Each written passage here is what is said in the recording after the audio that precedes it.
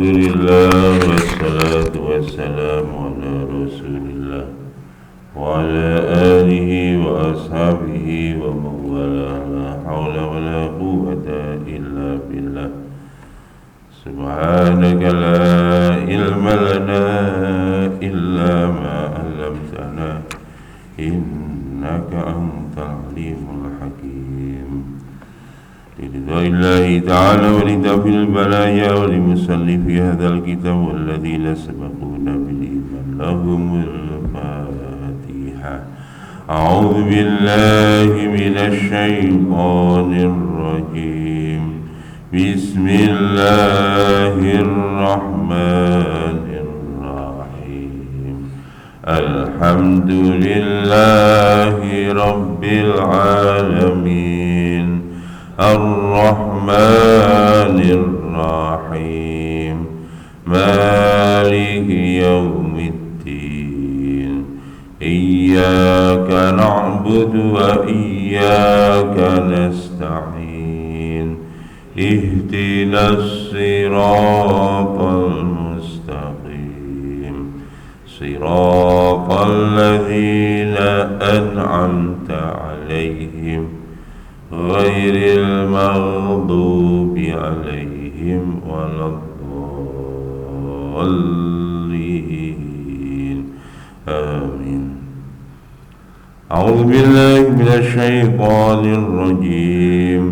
ولا تنكحوا ما نكح آباؤكم من النساء إلا ما قد سلف innahu kana fahishatan wa maqtan wa sa'a sabila. Kita lanjut ayat 22 surat An-Nisa. Wala tangkihu, dan janganlah kalian menikahi manakah siapa saja yang abaukum telah menikahi minan nisa'i dari para wanita illa kecuali maqad salaf yang sungguh telah berlalu sebelum datangnya larangan ini. Innahu sesungguhnya yang demikian itu fahisyakana fahisyatan, jadi itu adalah perbuatan yang keji, wa maktan dibenci oleh Allah, wa sa'a sabila dan seburuk-buruk jalan. Niki Pak, ayat niki larangan kita nikahi bekas bojone bapake dhewe. Lho, kok bekas bojone bapake dhewe? Nggih, mbok kualon. Dudu ibu kandung, ibu kandung jelas haram. Ini ditegaskan lagi, tidak boleh menikahi ibu tiri. Masa ibu tiri iki pake rabine wis sing nom ya. Ya, pamane iki umpama lho sak umure Pak Julfan ngono oleh ya oleh 17 tahun cucu Pak Julfan mati pamane iki mboten omong. Mas Oyen gak oleh Mas Oyen ngono iki Mas Oyen 17 tahun rondone bekas rondone Pak niku haram. Ada nggih genah-genahan gampangane ngono wae. Iki pun diatur ngene Quran. Illa maqad salaf, kecuali sebelum datangnya hukum ini dilarang. Nek wis kadung piye? Ya wis kadung ya tetep. Maka itu masih ditoleransi oleh Allah. Iku ngoten. Kalau maca ayat niki nggih rada bingung. Kenapa ayat ini masih tetap ada kalimat illa maqad salaf, kecuali kalau dia belum sampai atau belum sebelum ayat ini diturunkan. Kok ayatnya saya terus mono.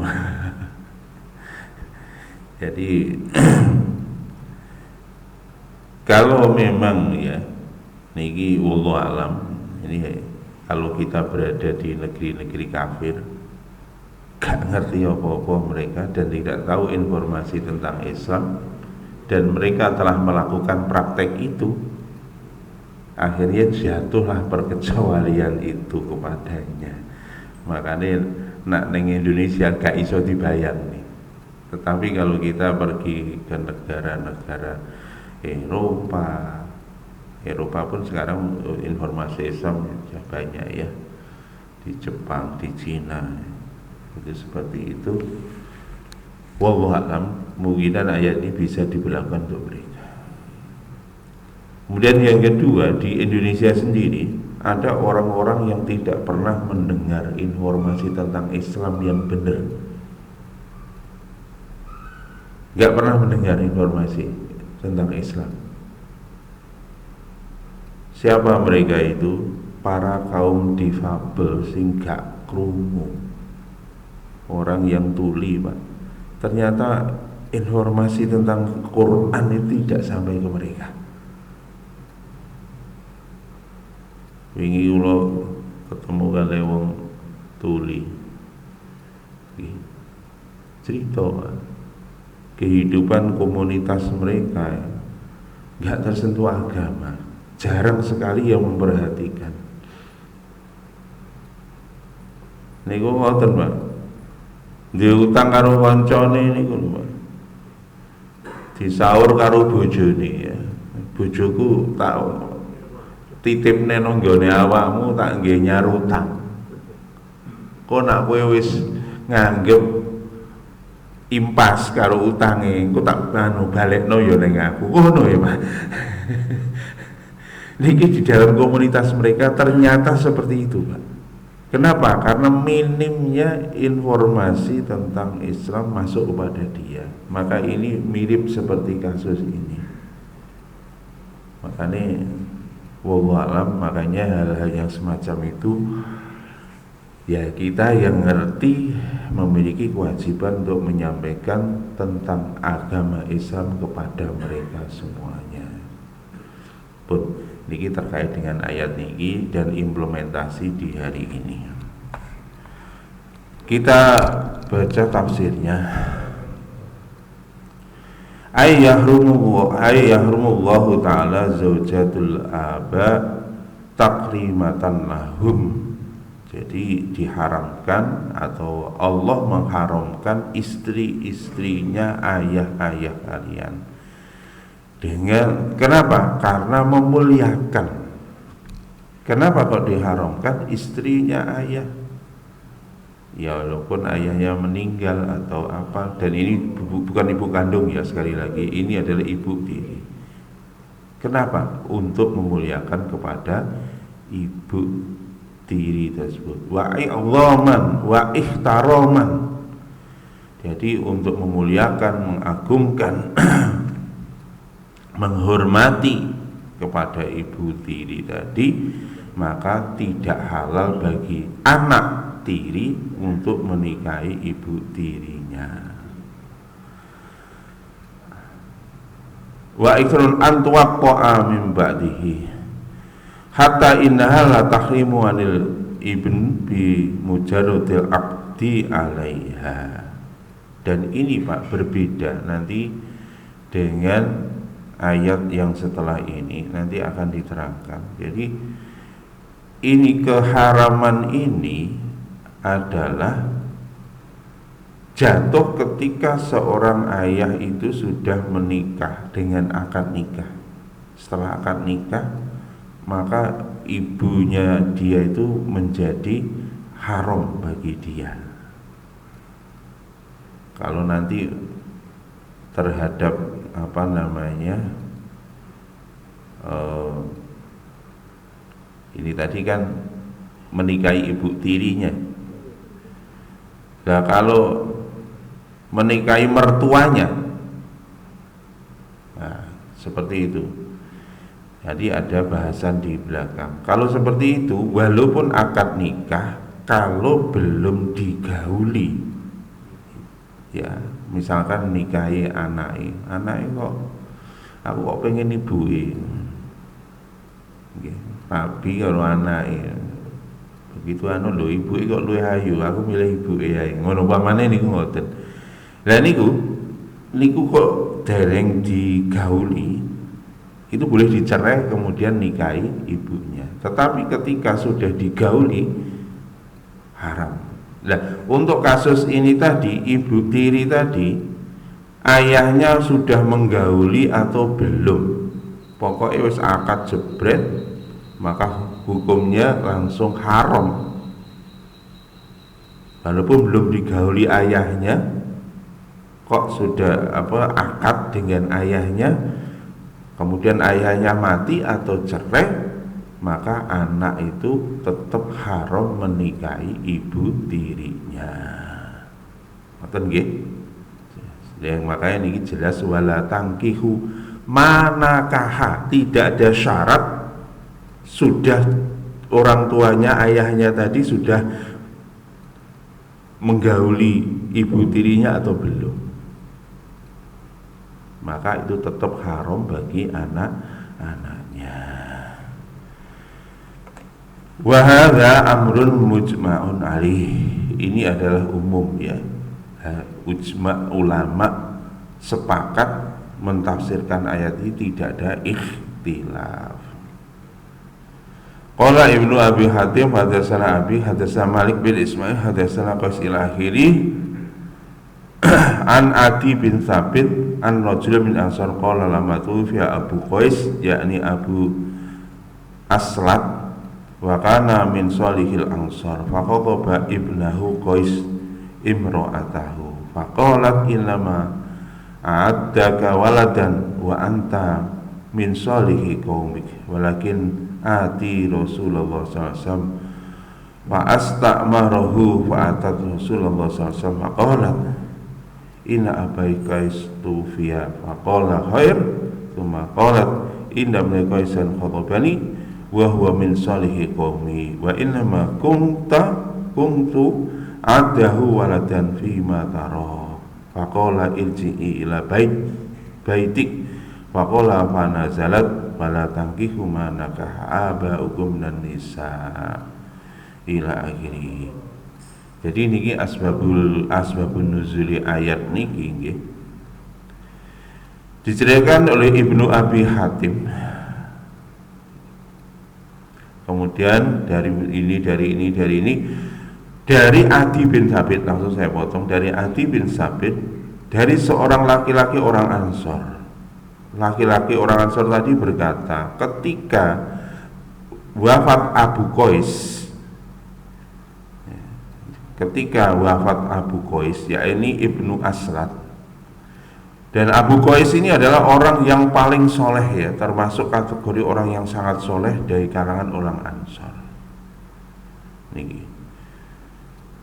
Maka melamarlah anaknya Abu Qais tadi kepada siapa? Ibu tirinya, ketika ayahnya telah meninggal dunia.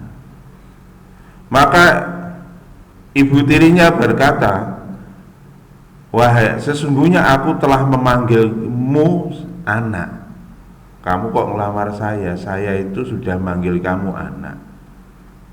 Sedangkan kamu itu adalah termasuk bapakmu ya orang soleh, kamu juga orang soleh. Kalau begitu saya tak datang dulu, tak musyawarah dulu, saya tanyakan dulu kepada Rasulullah SAW, bolehkah saya kamu pernikah atau kamu bersunting? Itu. Maka datanglah jadi ibu tirinya tadi atau bekas istrinya Abu Qais kepada Rasulullah SAW dan bertanya, sesungguhnya Abu Qais telah wafat dan meninggalkan aku sendirian. Maka Nabi menjawab, khairon, kebaikan bagi kamu. suaminya meninggal tapi justru menjawab kebaikan bagi kamu. Karena Bapak niki Pak, kalau orang itu orang beriman Pak, itu kalau diberi musibah kok dia sabar, maka itu juga baik. Maka orang beriman nggak ada yang jelek Pak. Semua bagi orang yang beriman, wal aqibatu lil muttaqin. Semua akibatnya pasti kebaikan. Maka Nabi ucap, waduh baik. Kemudian bertanya, istrinya tadi bertanya, sesungguhnya anakku atau anaknya Ibnu Qais telah melamarku. Dia termasuk orang soleh dari kaumnya. Padahal saya sudah memanggilnya sebagai anak, saya sudah menganggapnya sebagai anak. Maka bagaimana pendapat Tuhan? Maka Nabi berkata kepadanya, pulanglah kamu ke rumahmu. Karena Nabi belum mendapatkan wahyu. Maka tidak beberapa lama setelah istrinya Abu Qais tadi pulang ke rumah, turunlah ayat ini, wala tankihu ma nakaha abaukum minan nisa'i ila akhirih. Janganlah kamu menikahi siapa saja yang sudah dinikahi oleh ayah-ayah kalian dari para wanita ila akhirih. Ngoten nggih. Insyaallah. Tapi nang Indonesia niki ora umum. Soalnya biasanya mbok tiri itu jarang sing cocok karo anake. Tapi kalau di Mekah, di sana di Arab itu biasa begitu Pak, biasa. Di sini ya luar biasa. An Ikrimah fi qoulihi wala tankihu manaka abaakum lan nisa'i illa ma qad salam. Niki ceritanya sama, ini ayat ini turun terhadap keluarganya Abu Qais ila akhirih. Kemudian kalimat illa ma qad salaf, lanjutnya kecuali jika telah berlalu sebelum turunnya ayat ini, sudah kadung, maka itu tidak mengapa. Kama qala wa antajma'u bainal ukhtaini illa ma qad salaf. Di dalam nanti ada di belakang surat An-Nisa ayat 23. Demikian juga ini kasus ini sama dengan mengumpulkan kakak beradik. Ya, ini menikahi kakak beradik secara langsung. Itu juga haram hukumnya, wa antajma'u bainal ukhtain. Janganlah kamu mengumpulkan untuk dinikahi kakak beradik.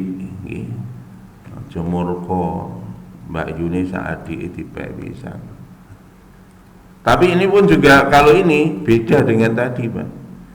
Kalau ini wala tasma'u baina ukhtain illa ma qad salaf ini, kalau ini nanti misalkan sudah meninggal dunia salah satu, boleh Pak. Tukar tambah, Mbak Yuni mati, oper adik, ini enggak apa-apa. Illa maqad salam, sama ini pun kasus ini sama, kecuali kalau itu sudah terjadi sebelum turunnya ayat ini. Maka ini dua ayat ini paralel ya. Yang satu adalah menikahi ibu tiri, tapi ini tidak ada perkecualian, artinya kalau sudah di akad nikah ya sudah, dia haram untuk selamanya. Tetapi kalau tadi untuk kakak beradik tadi haramnya sementara, bukan sementara ya, memang dikumpulkan. Kalau nggak dikumpulkan ya otomatis boleh. Artinya bukan dikumpulkan sitok omah kono sitok omah kene, mboten. Artinya dinikahi bareng, mboten lho nggih. Niku mboten oleh. Tapi nak gantian angsal mawon niku kalau dua bersaudari.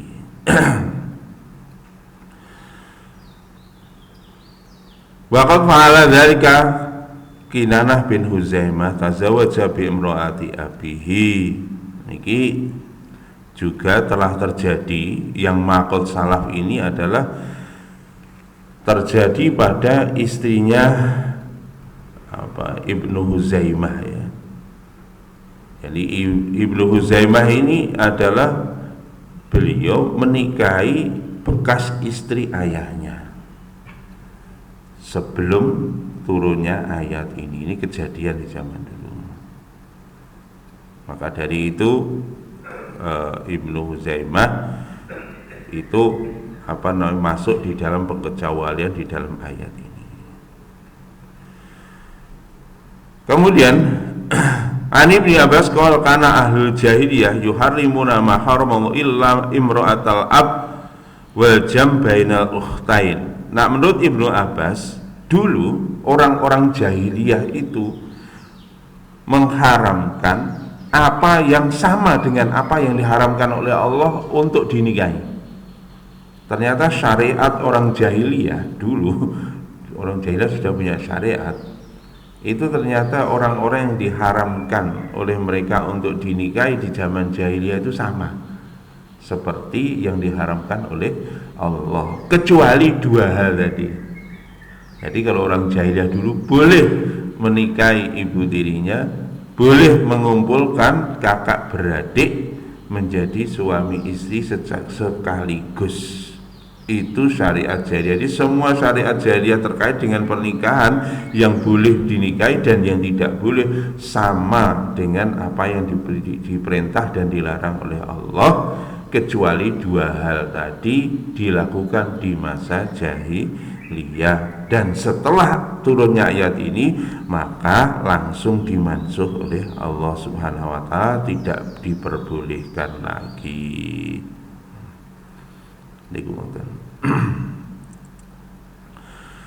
Berikutnya, wa innahu fakana fahisyatan wa sa'a sabila. Sesungguhnya ini adalah perkara yang keji, yang buruk, maktan perkara yang dibenci oleh Allah dan seburuk-buruk jalan. Wa qala la taqrabul fawahisha ma dhahara minha wa ma batan. Niki sama, wala taqrabu zina. Ayat ini, janganlah engkau mendekati zina, innahu kana fahisyah, ini adalah perkara yang buruk dan seburuk-buruk jalan. Di dalam Al-An'am 151, Al-Isra 32 ini ada kalimat fahisyah wa fahisyah ya. Fahisyah wa sa'asabila itu di dalam Al-Isra 32, maktanya tidak ada. Kemudian di Al-An'am 51 itu fawahish saja, madhahara minha, yang terlihat, wa ma baton, dan juga yang tidak terlihat. Ini adalah yang difirmankan oleh Allah SWT, istilah fahisyah, sa'asabil, maktan. Ini wa maktan ay buah baghdon ya, ay buhdon, ay huwa amrun kabirun fi nafsihi. Ini artinya apa Pak? Dosa besar. Jadi kalimat ini, innahu kana fahisyatan wa maqta wa sa'a sabila, orang kalau menikahi ibu tiri itu masuk dalam kategori dosa besar.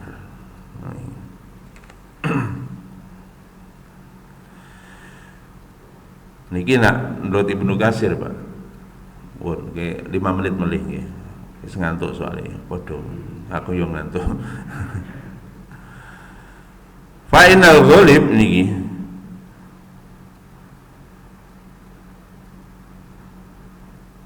Yu'addi ila maktal ibnul abihi wa da'ayata zawaja bi amratihi. Final ghalib anna man tazawaja bi amratihi yabghadu man kana zawja qabla. Jadi makta, kalimat makta itu dia dibenci oleh Allah. Ada yang menafsirkan makta itu artinya dibenci oleh orang juga. Dibenci siapa? Jadi kalau orang menikahi janda, maka kecenderungannya Pak, wong nak ngerabi rondo, kecenderungane si suami ini juga akhirnya membenci bekas suaminya janda ini. Nek wong rabi rondo. Soalnya nopo? Biasane wong wedok niku mengke ngobongi wong lanang kuwi mbiyen bojoku mbiyen ngene. Jangan kurang ajar ngene macam-macam ngono. Apalagi kalau ini kasusnya kasus perceraian lebih parah lagi. Nah, maka dari itulah untuk menjaga kehormatan kalau ayahnya sendiri kalau menikahi napa jenenge rondone bapake utawa ibu tiri itu untuk menjaga kehormatan ayahnya sendiri supaya tidak bicara aib dari ayahnya yang meninggal atau ayahnya yang telah menceraikan umpamanya ibu tirinya tadi. Maka anaknya begitu. Ini untuk memuliakan seperti itu. Dan dia cenderung benci. Maka dari itu, walihada khurimat ummahatul mu'minin ala ummati li'annahunna ummahatu liqonihinna zaujatun Nabi sallallahu alaihi wasallam wa huwa kal'ab. Maka dari itu Allah mengharamkan bekas istrinya, bekas gak enak ya, mantan istrinya Kanjeng Nabi Agung Muhammad sallallahu alaihi wasallam. Ini bahaya besar. Maka Ibnu Katsir menyampaikan bahaya besar kalau menikahi mantan istri ini Kanjeng Nabi Agung Muhammad sallallahu alaihi wasallam, dikhawatirkan nanti akan ini tadi ngomong elek ngelek-ngelek Kanjeng Nabi, menjaga kehormatan Kanjeng Nabi Agung Muhammad sallallahu alaihi wasallam. Demikian juga bukan hanya perkara itu, karena di dalam Quran wa azwajuhu ummahatukum, ayatnya gitu. Istri-istri Nabi itu adalah ibu-ibu kalian. Karena Allah sudah melantik istrinya Nabi itu menjadi ibunya bagi seluruh umat Islam, maka akhirnya haram untuk dinikahi oleh umatnya sepeninggal wafatnya Kanjeng Nabi Agung Muhammad sallallahu alaihi wasallam. Kalau ibu istri Nabi itu menjadi ibu kita, maka Kanjeng Nabi itu menjadi bapaknya umat ini. Maka ini secara hukum fikih jatuhnya haram umatnya menikahi mantan istrinya Kanjeng Nabi Agung Muhammad SAW. Karena satu, kemuliaan Kanjeng Nabi Agung Muhammad SAW, karena kemuliaan ibu ummahatul mukminin, yakni ibunya umat Islam semuanya. Maka inilah yang menyebabkan kita atau seluruh umatnya tidak boleh menikahi mantan istri yang mulia Kanjeng Nabi Agung Muhammad sallallahu alaihi wasallam. Dari dua aspek ya, supaya tetap menghormati beliau. Kemudian yang kedua memang kedudukannya sebagai ibu, Kanjeng Nabi sebagai ayah. Makanya Pak awak itu mboten usah bingung. Bapak ibu ini kita niku Kanjeng Nabi Agung Muhammad sallallahu alaihi wasallam. Makanya muliakanlah beliau.